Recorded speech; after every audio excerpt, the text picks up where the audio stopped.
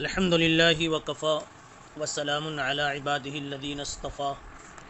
اما بعد۔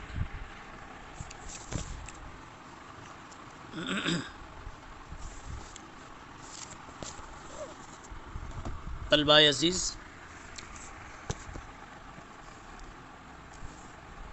ہرقل سے متعلق طویل حدیث کا درس چل رہا ہے۔ ہرقل نے نبی پاک صلی اللہ علیہ وسلم کا مکتوب گرامی پڑھایا اور اس کی تحقیقات کے لیے ابو سفیان کو بلایا۔ ابو سفیان اس وقت مسلمان نہیں ہوئے تھے، مگر جتنی باتیں ابو سفیان نے صاحب خط یعنی سیدنا محمد رسول اللہ صلی اللہ علیہ وسلم کے متعلق بتلائی، وہ ساری باتیں حق، سچ اور واقع کے مطابق تھی۔ ہرقل نے ساری باتوں کو سن کر کے اپنے ہر سوال کے جواب میں جو بات بھی ابو سفیان سے اس نے سنی، تو ہرقل یہ فیصلہ لیتا گیا کہ یہ بات جو ابو سفیان نے کہی یہ بھی نبوت کی علامت ہے، یہ بھی نبوت کی علامت ہے۔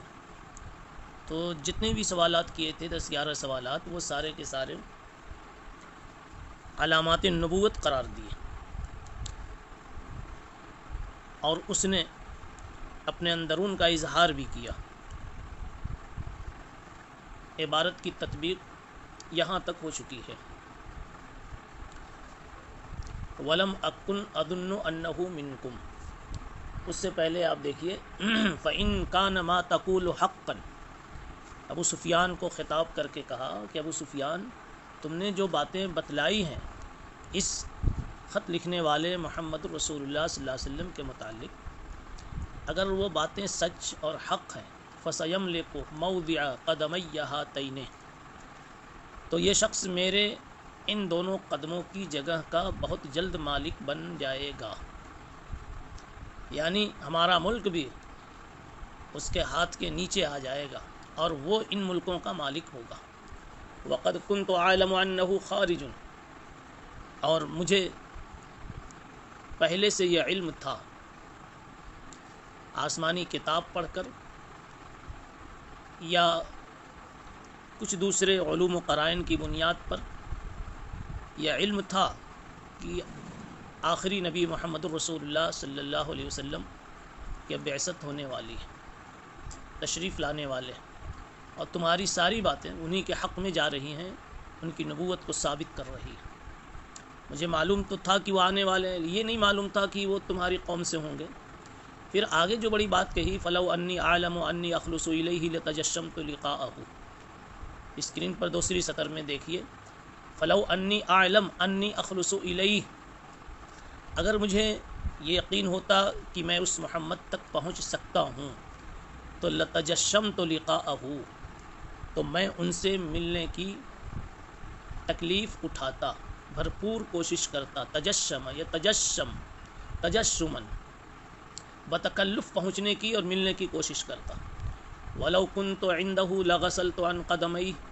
اور میں اگر ان کے پاس ہوتا تو ان کے قدموں کو دھوتا، یعنی اسی میں اپنی عزت سمجھتا اور اپنی دنیا اور آخرت کی سعادت سمجھتا۔ ثم دعا بکتاب رسول اللہ صلی اللہ علیہ وسلم، پھر ہرقل نے وہ خط منگوایا جو خط اللہ کے نبی صلی اللہ علیہ وسلم نے دحیہ کلبی کے ساتھ بھیجا تھا۔ یہاں یہ بات یاد رہے کہ دحیہ کلبی جب خط لے کر مدینہ منورہ سے چلے ہیں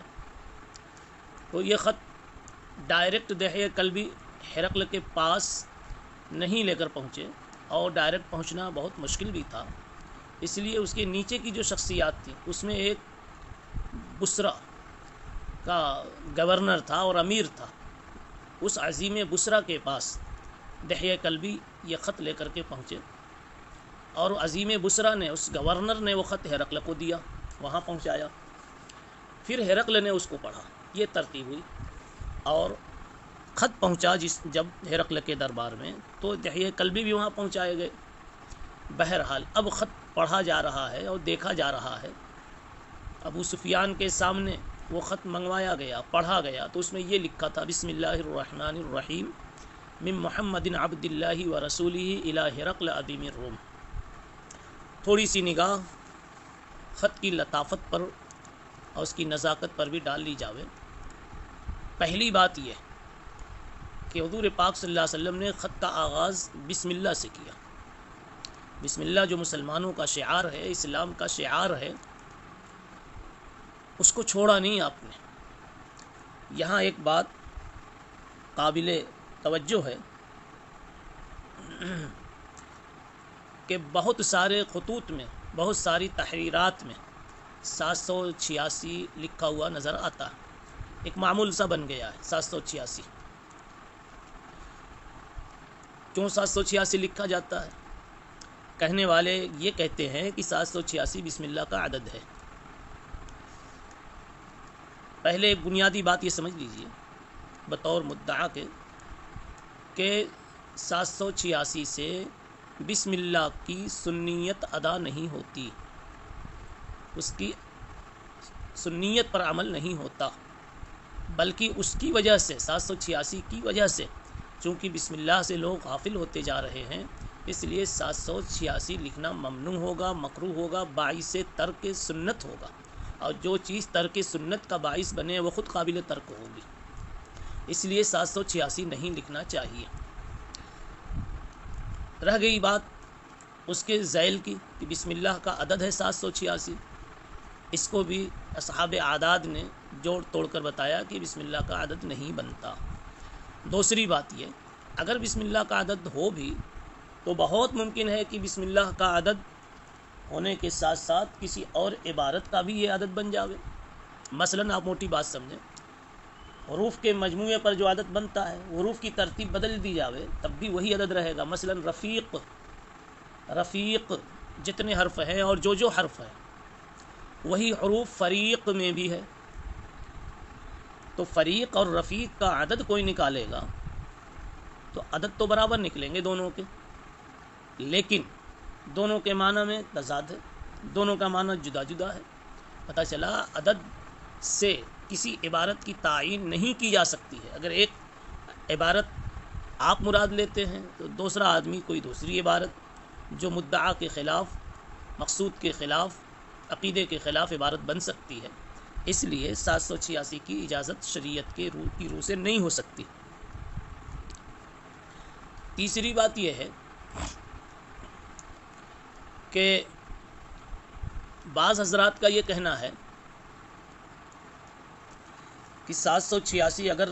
نہ لکھیں اور بسم اللہ الرحمن الرحیم ہی تحریر کریں تو اللہ کے اس میں 3 نام ہیں، ان ناموں کی توہین اس میں ہونے کا اندیشہ ہے، اس لیے کہ خطوط جو لکھے جاتے ہیں کہیں بھی پڑھنے کے بعد لوگ ڈال دیتے ہیں، تحریرات کہیں بھی ڈال دی جاتی ہیں، تو کثرت سے جب لکھنے کا سلسلہ جاری ہے تو کثیر الکتابت مواقع پر 786 کی اجازت ہونی چاہیے تاکہ بسم اللہ کی بے حرمتی سے بچا جا سکے۔ اس کا جواب تو اسی واقعے میں ہے کہ جناب رسول اللہ صلی اللہ علیہ وسلم نے جہاں خط بھیجا، یہ سب غیر مسلم لوگ تھے، یہ عیسائی بادشاہ تھا، آپ نے کہیں کسی اور جگہ پر بھی تحریر فرمائی جو کفار میں سے تھے، لیکن آپ نے ہر جگہ بسم اللہ ہی لکھی، اللہ کا نام ہی تحریر فرمایا۔ پتہ یہ چلا اچھا، اور یہ وہ جگہیں تھیں جہاں بسم اللہ کے اور خط کے پامال کیے جانے کا امکان شدید تھا، بے حرمتی کا ظن غالب بھی تھا، اس لیے کہ آپ دین کی دعوت دے رہے تھے، ان کے دین سے ان کو نکالنے کی کوشش کر رہے تھے، ان کے دین کو آپ نہ چلنے والا دین بتلا رہے تھے اور ایک نئے دین کی آپ تبلیغ کر رہے تھے۔ ظاہر سی بات ہے کہ ایسے میں مخاطب بھڑکنے والا تھا، اور پیش بھی آیا۔ کسریٰ بادشاہ کے پاس آپ نے خط لکھا تو کسریٰ نے خط کی توہین کی، خط کو پھاڑ ڈالا، جس کا قضیہ میں پہلے آپ کو سنا چکا ہوں۔ تو یہ مواقع بے حرمتی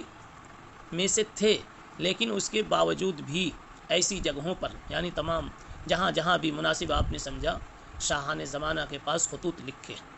اور بسم اللہ الرحمن الرحیم ہی لکھا اس میں، معلوم یہ ہوا کہ بے حرمتی کے ظن غالب ہونے کے باوجود بھی بسم اللہ کا لکھنا نہیں چھوڑا جائے گا، اس لیے کہ یہ اسلامی تحریر کا شعار ہے۔ اس کے علاوہ اور دیکھیے، جب صلح نامہ تیار ہو رہا تھا صلح حدیبیہ کا، تو صلح حدیبیہ اس قدر سخت عداوت کے ماحول میں اس وقت کا صلح نامہ بنا ہے کہ آپ صلی اللہ علیہ وسلم احرام باندھے ہوئے اپنے کئی سو صحابہ کو لے کر کے آپ مکے میں داخل ہونا چاہتے ہیں، لیکن ان لوگوں نے اس قدر سخت دلی دکھلائی کہ آپ کو واپس کر دیا اور طواف کرنے کی، حرم شریف میں مکے میں داخل ہونے کی اجازت نہیں دی۔ عداوت اس قدر شدید تھی۔ اب اس موقع پر جو تحریر تیار ہوگی اس میں اللہ کا نام اگر لکھا جاوے تو غالب کیا بلکہ یقین کے درجے میں ایسا ہو سکتا تھا کہ وہ سوچا جا سکتا تھا کہ وہ توہین کریں گے، بے حرمتی کریں گے، مگر پھر بھی اس موقع پر حضور پاک صلی اللہ علیہ وسلم نے تحریر میں لکھا بسم اللہ الرحمن الرحیم۔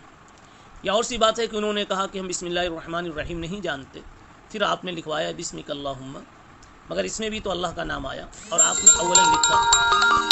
آپ نے اولاً اس میں بسم اللہ الرحمن الرحیم تحریر فرمایا۔ اس سے پتہ یہ چلا کہ ہمیں محض بے حرمتی کے اندیشے سے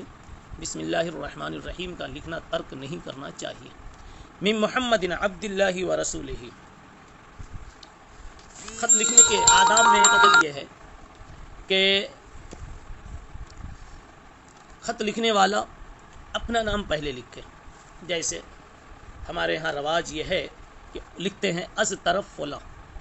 یہ اصل میں اسی خط سے یہ طریقہ ماخوذ ہے، من محمد عبد اللہ و رسولہ سے یہ طریقہ ماخوذ ہے، اور ایسے ہی لکھنا چاہیے تاکہ خط پڑھنے والے کو ابتدا ہی میں یہ معلوم ہو جائے کہ ہم سے کون بات کر رہا ہے اور ہم کو کون پیغام دے رہا ہے، تاکہ اس کی بات کا سمجھنا آسان ہو جائے۔ یہاں پر بعض لوگ یہ بھول کرتے ہیں کہ یا تو نام لکھتے ہی نہیں، یا پھر لکھتے ہیں تو بالکل آخر میں لکھتے ہیں، 2 صفحے 4 صفحے کا خط مکمل ہونے کے بعد